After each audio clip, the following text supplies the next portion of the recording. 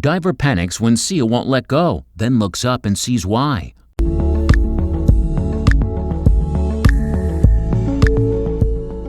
We had been warned before diving in. They told him that he wouldn't know what to expect when he was deep in the water, that there were wild animals waiting to pounce on trespassers. He didn't believe them, yet there he was, surrounded and outnumbered. Things looked dire, until he looked up and saw it. Then his panic began to fade. The seal was trying to tell him something. Diving as a passion. Gray Grayson had grown up obsessed with the deep blue sea. As a child, he would torment his parents by sticking on the same ocean life documentary over and over again.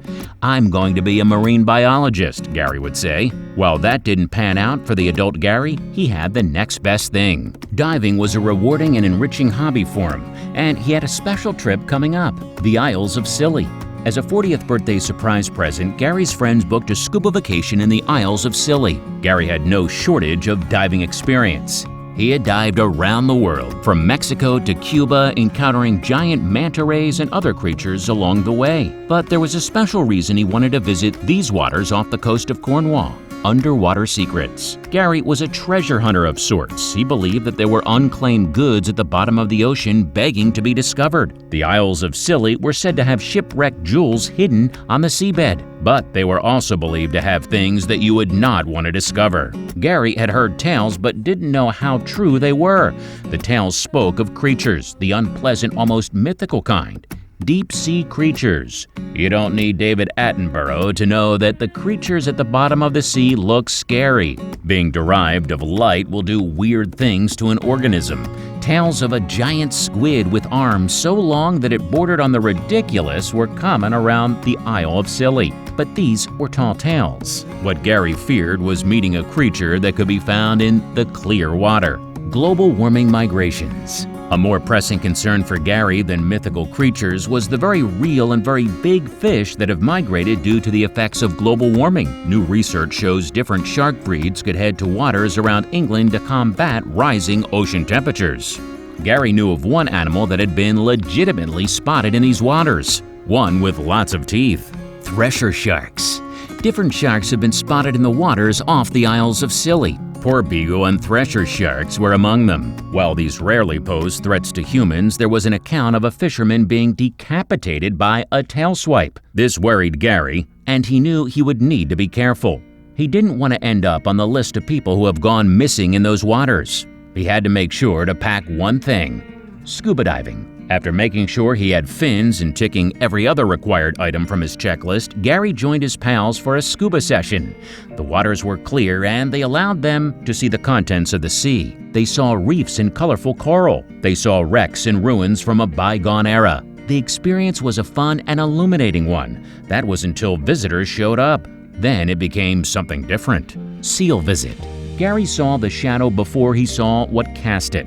The sheer size of it frightened him. So he tried to spin around as fast as he could in the water. He could hardly believe his eyes. It was a seal, and it wasn't alone. There was a brigade of them, and they were coming fast. A first encounter. Gary was frozen to the spot. He had been warned about the wild animals of the ocean being unpredictable. Now he understood.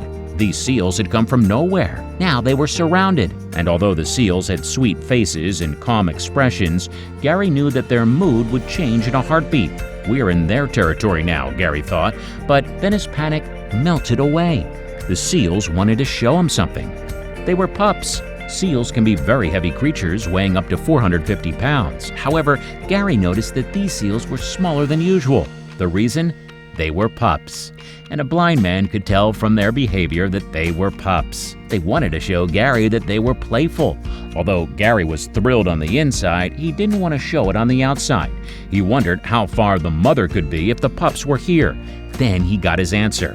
"Where's Mama?" Gary waited for the mother to show up, but she never came. All the while, the pups were rubbing themselves against him and touching him with their flippers. Gary was petting them gently and even holding hands with some of them. It felt impossible to turn away their sweet faces. He hoped he wouldn't regret letting his guard down. And then, when he was least expecting it, he felt the jaws of a pup close around his hand. Smiling seal. Gary thought he was in trouble when he felt the seal's jaws close on his hand. He was already thinking of where he could get prosthetic replacements, but the crunch of a bite never came. Instead, it was a gentle gnawing. These pups knew their own strength, and they wanted to show him they meant no harm. In a moment of what Gary would call later cartoonish overkill, the same seal appeared to be smiling proudly at him. Then its expression changed. There's something else.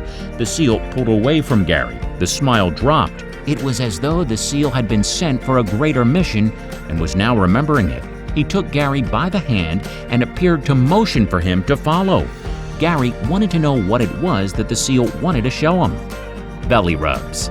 The seal let go of Gary's hand and lay on its back.